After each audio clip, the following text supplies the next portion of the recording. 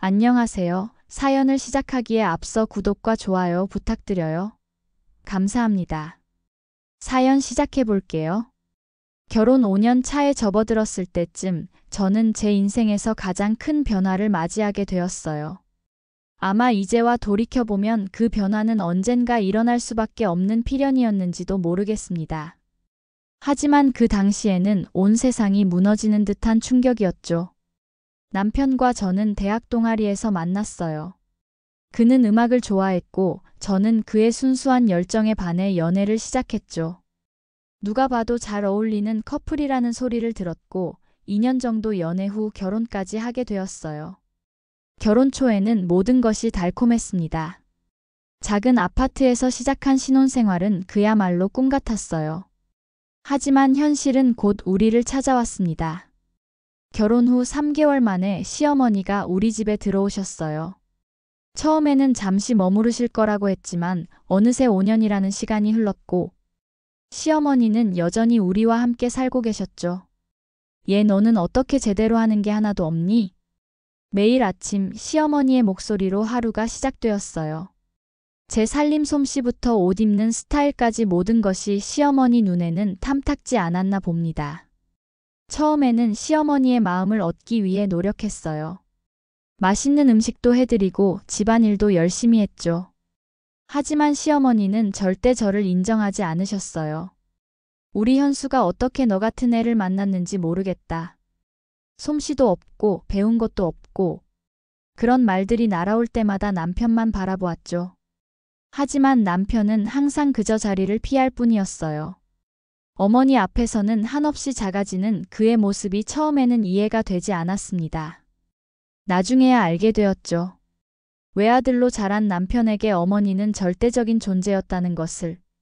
시어머니는 오직 아들바라기였고 남편은 그야말로 마마보이였죠. 뭐 하나 결정할 때도 늘 어머니한테 의지했거든요. 그런 어머님 앞에서 철없는 아이가 되는 남편을 보며 저는 점점 지쳐갔어요.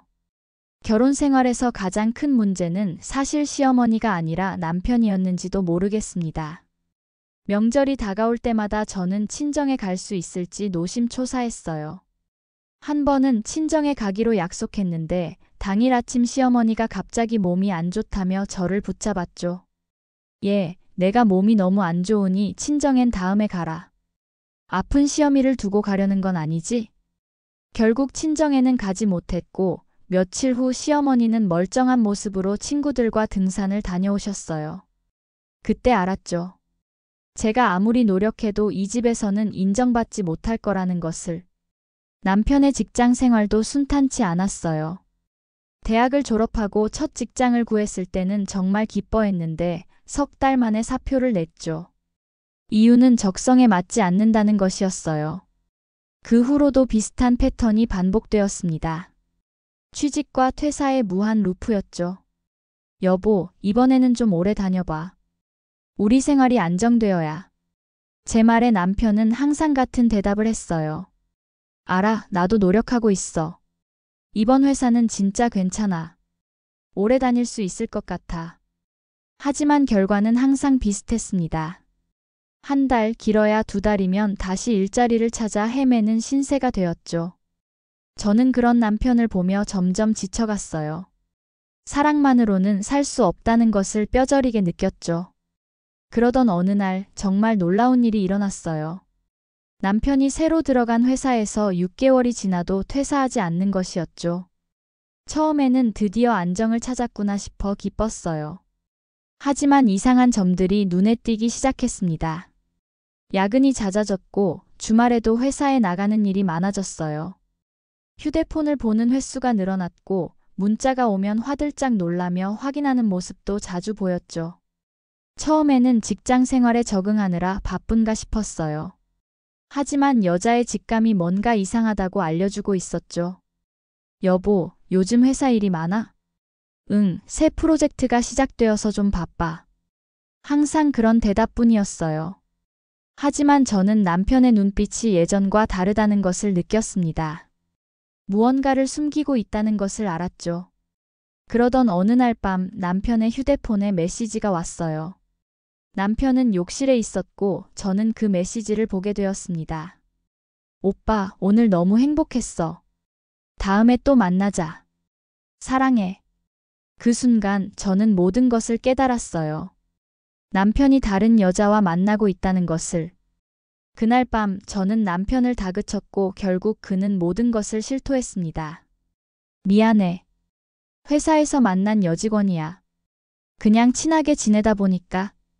처음에는 분노, 배신감, 슬픔이 한꺼번에 몰려왔어요. 하지만 이상하게도 마음 한구석에서는 이제 끝났구나라는 안도감도 느껴졌습니다. 이 불행한 결혼 생활을 끝낼 수 있는 계기가 생긴 것이니까요.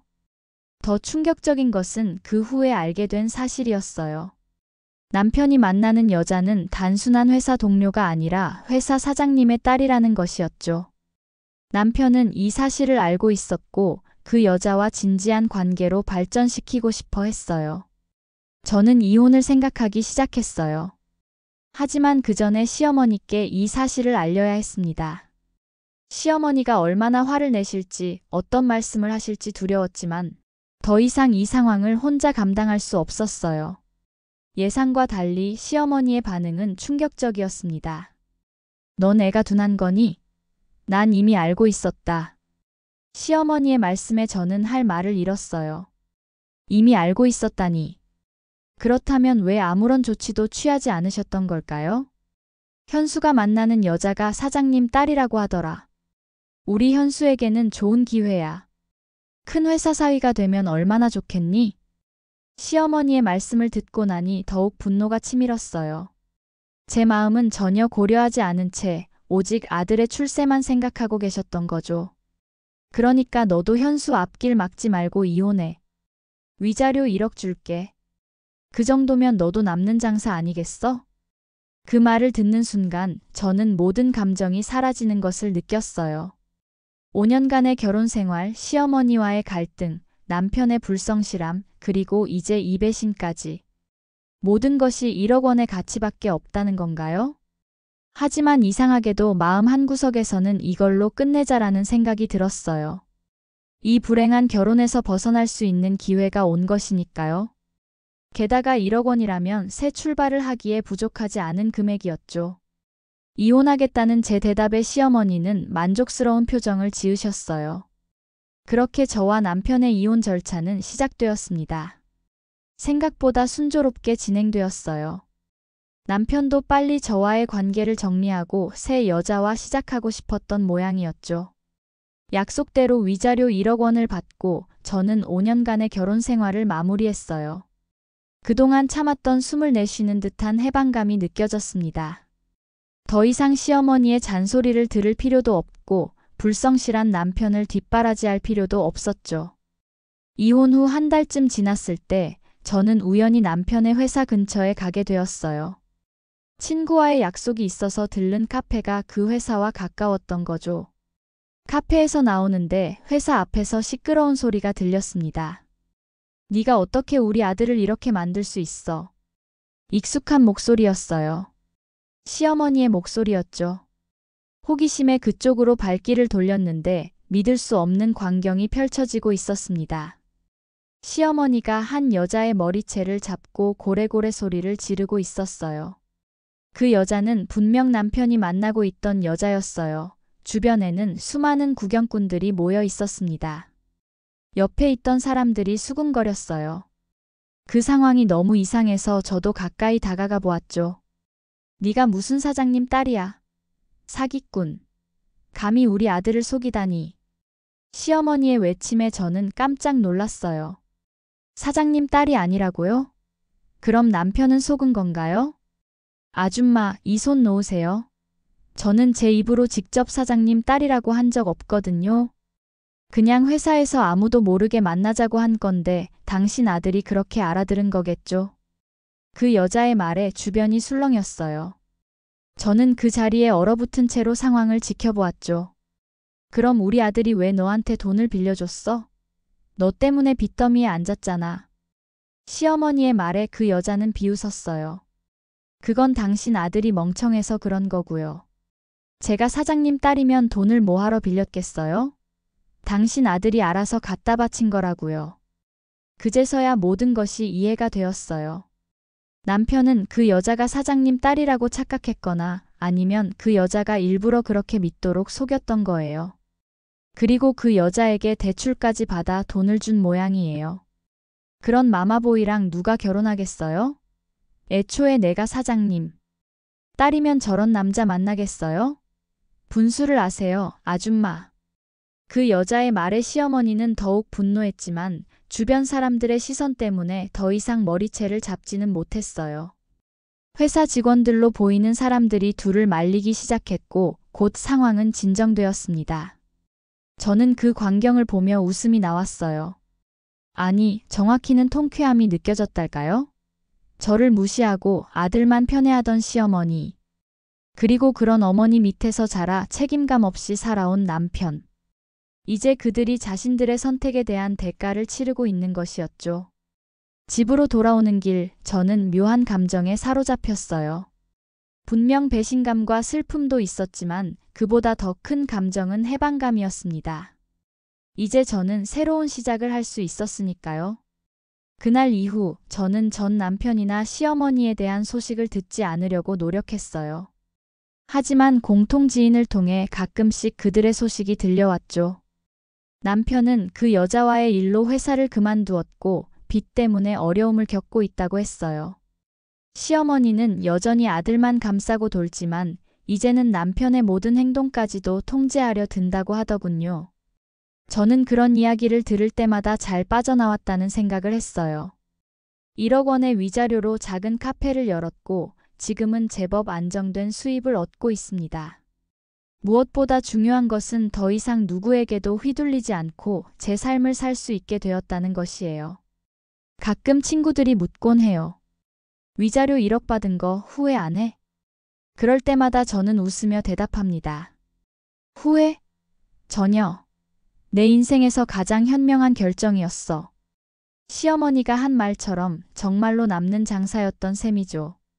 돈보다 더 값진 것은 자유였으니까요. 이혼한 지 1년이 지난 지금 저는 새로운 만남도 시작했어요. 전 남편과는 완전히 다른 성격의 사람이죠. 책임감 있고 자신의 일에 성실한 사람이에요. 무엇보다 자신의 어머니와 건강한 관계를 유지하고 있다는 점이 좋아요. 사실 처음에는 결혼이라는 것에 트라우마가 있었어요. 하지만 시간이 지나면서 깨달았죠. 문제는 결혼 자체가 아니라 잘못된 사람과의 결혼이었다는 것을. 이제 저는 좀 더 현명한 선택을 할 준비가 되어 있습니다. 인생은 때로는 우리가 계획한 대로 흘러가지 않아요. 하지만 그것이 반드시 나쁜 것만은 아니라고 생각합니다. 저의 경우 예상치 못한 배신과 이혼이 오히려 더 나은 삶으로 이끌어 주었으니까요. 지금 저는 행복합니다. 더 이상 누군가의 시선이나 평가에 얽매이지 않고 제 삶을 살고 있어요. 그리고 무엇보다 제 자신을 더 사랑하게 되었죠. 이것이야말로 제가 얻은 가장 큰 선물이 아닐까 싶어요. 어쩌면 시어머니께 감사해야 할지도 모르겠네요. 위자료 1억 주면 너도 남는 장사지? 라는 그 말이 없었다면 저는 아직도 그 불행한 결혼 생활 속에서 허우적거리고 있었을 테니까요. 시어머니가 상간녀의 머리채를 잡고 싸우던 그날 저는 웃음을 참을 수 없었어요. 그 웃음 속에는 해방감, 시원함, 그리고 새로운 시작에 대한 기대가 담겨 있었습니다. 이제 저는 그날의 기억을 떠올릴 때마다 미소 짓게 돼요. 그것은 제 인생의 전환점이었으니까요. 그리고 가끔은 생각해요. 만약 그 여자가 정말로 사장님 딸이었다면 어땠을까? 아마 전 남편은 성공했을지도 모르겠죠. 하지만 그렇다고 해서 행복했을까요? 아마도 아닐 거예요. 진정한 행복은 외부 조건이 아니라 내면에서 오는 것이니까요. 이제 저는 앞으로의 삶이 기대돼요. 어떤 어려움이 있더라도 제 자신을 믿고 나아갈 수 있다는 자신감이 생겼으니까요. 그리고 무엇보다 진정한 사랑과 존중이 무엇인지 알게 되었어요. 그것은 어떤 돈보다도 더 값진 교훈이었습니다. 사실 이혼을 결정하는 것은 쉽지 않았어요. 5년간의 세월을 버리는 것 같았고 실패했다는 생각도 들었으니까요. 하지만 지금 돌이켜보면 그것은 실패가 아니라 새로운 시작을 위한 용기 있는 결정이었습니다. 저의 이야기가 비슷한 상황에 처한 누군가에게 작은 희망이 되었으면 좋겠습니다. 어떤 어려움 속에서도 자신을 믿고 용기 있게 나아간다면 반드시 더 나은 미래가 기다리고 있을 테니까요. 이제 저는 더 이상 과거에 얽매이지 않고 오늘과 내일을 바라보며 살아갑니다. 그리고 무엇보다 제 자신을 더 사랑하게 되었어요. 이것이야말로 제가 얻은 가장 큰 선물이 아닐까 싶습니다. 제 긴 이야기를 끝까지 들어주셔서 감사합니다. 구독과 좋아요, 알림 설정까지 잊지 마세요.